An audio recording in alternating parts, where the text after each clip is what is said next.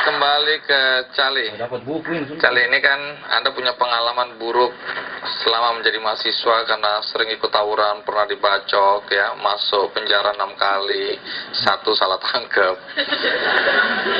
Nah, kalau boleh, misalnya jarum jam kita putar ulang ke belakang, apa yang ingin Anda perbaiki dari hidup Anda yang dulu? Kalau bisa diputar kembali itu kalau bisa saya kembali kuliah yang lebih baik. Pokoknya itu yang namanya tawuran apa segala macam perkelahian apa itu baik antara kelompok maupun perorangan, kalau bisa saya hindari. Ya. Jadi apa yang Anda lakukan dulu itu menyusahkan hidup Anda sekarang, ya? Iya. Sekarang saya rasakan. Baik. Kalau Aston, kalau sejarah kita bisa ulang kembali kehidupan Anda, waktu-waktu yang Anda habiskan dan termasuk bekas bacokan yang Anda alami itu, Anda sebenarnya ingin apa yang terjadi dalam hidup Anda? Ya, kalau bisa sih ya tidak pernah ikut terlibat tawuran, apalagi sampai menjadi korban. Ya, dulu ketika kelas 3 SMA itu yang ada dalam pemikiran saya itu hanya ingin kuliah. Pada saat itu juga belum jelas mau ngambil jurusan apa. Jadi yang jelas saya pengen kuliah karena kebetulan saya adalah anak bungsu dalam keluarga dari 4 bersaudara dan semuanya perempuan, semuanya sudah menikah. Jadi saya ingin juga mengangkat harkat dan martabat keluarga. Kebetulan keluarga kami adalah petani. Dalam bayangan saya kampus itu adalah tempat untuk menimba ilmu, tempat di mana orang bisa berkreativitas dan sama sekali nggak ada bayangan tentang tawuran. Baik, itu yang Anda bayangkan. Nah, sekarang ini ada Edi Sumardi juga, ya, yang mencoba mendokumentasikan tawuran di kalangan mahasiswa, terutama mahasiswa di Makassar. Nah, waktu itu apa ceritanya sampai Anda tertarik atau terdorong untuk membuat film dokumenter ini? Saya dulu kan pengurus lembaga kemahasiswaan, sering nginap di kampus karena aktivitas di lembaga kemahasiswaan, bukan aktivitas lain. Karena aktivitas lembaga kemahasiswaan itu biasa, karena nyenyak tidur itu biasa dibangunkan dengan letusan senjata. Terus, apa yang membuat Anda kemudian terdorong untuk membuat dokumentasi ini? Ini sebenarnya bentuk protes saya kepada mahasiswa dengan pimpinan kampus itu. Kenapa pimpinan kampus itu selalu apatis terhadap masalah tawuran, begitupun mahasiswa. Oke, jadi di film ini Anda mengkritisi perguruan tinggi itu sendiri, ya. Kemudian juga mahasiswa yang terlibat tawuran. Jadi Anda memperlihatkan fakta-fakta bahwa ini loh, akibat dari tawuran banyak persoalan akan muncul. Seperti itu, ya? Iya. Baik, terima kasih Edi, ya, sudah hadir di sini.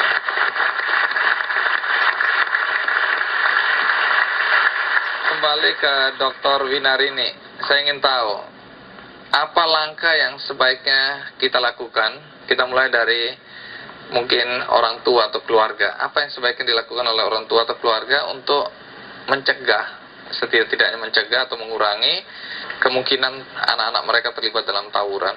Orang tua hanya bisa mungkin mencegah anaknya melakukan tindak kekerasan, tapi tidak bisa mencegah anaknya yang terlibat dalam tawuran. Karena tawuran itu seperti tadi diceritakan, kadang-kadang terjebak dalam sebuah situasi yang sudah turun-temurun, sudah jadi tradisi dan dikondisikan sedemikian rupa, sehingga susah sekali siswa atau mahasiswa itu untuk lepas dari sana, kecuali kalau dia betul-betul kuat memisahkan diri, ya. Tapi kalau orang tua mengajarkan pada anak bahwa jangan melakukan kekerasan terhadap orang lain, hargai, hormati, jangan melakukan hal-hal yang merugikan orang lain, itu bisa melalui pengasuhan, melalui pendidikan di rumah.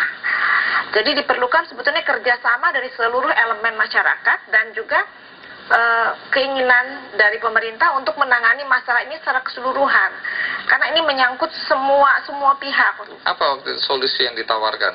Pertama, kita harus mencegah terjadinya indoktrinasi ini, ya, dari senior ke junior dengan cara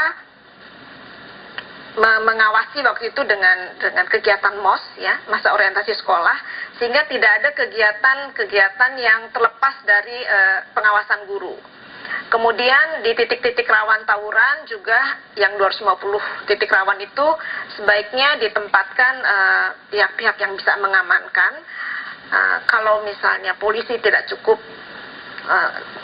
personelnya untuk mengamankan, juga diminta bantuan dari angkatan-angkatan yang lain. Kemudian juga diminta rute bis itu dibuat sedemikian rupa sehingga tidak terlalu banyak benturan-benturan antara sekolah-sekolah yang sudah punya sejarah permusuhan.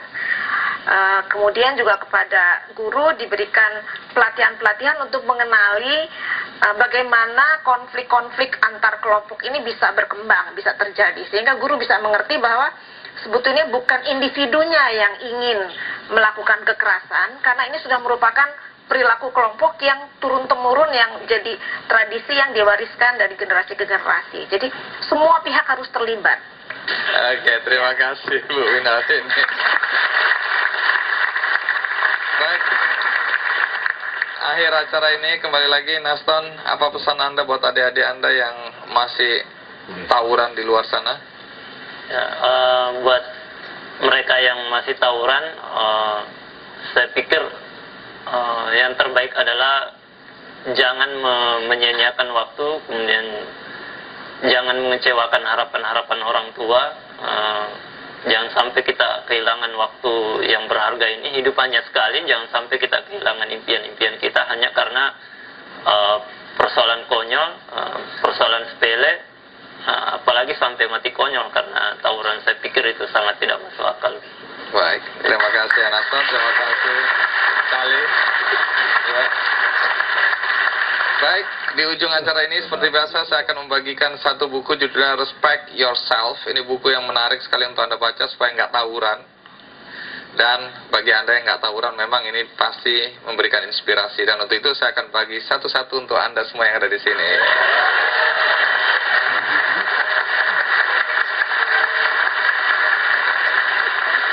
Bagi Anda yang di rumah, jangan khawatir, Anda juga punya peluang untuk mendapatkan buku ini gratis melalui website geekcandy.com. Sekali lagi, semoga topik ini memberikan pemahaman tentang bahaya dan risiko tawuran. Semoga bermanfaat. Sampai jumpa.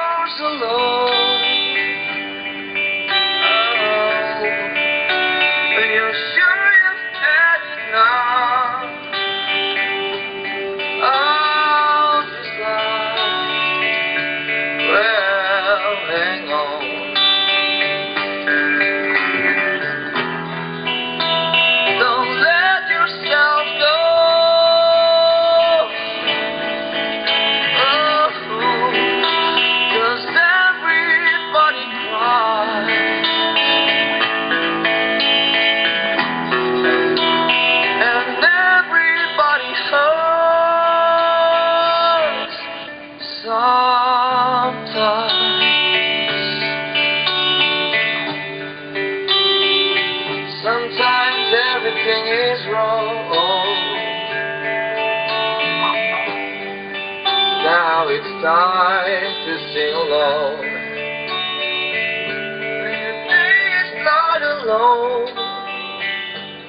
Oh,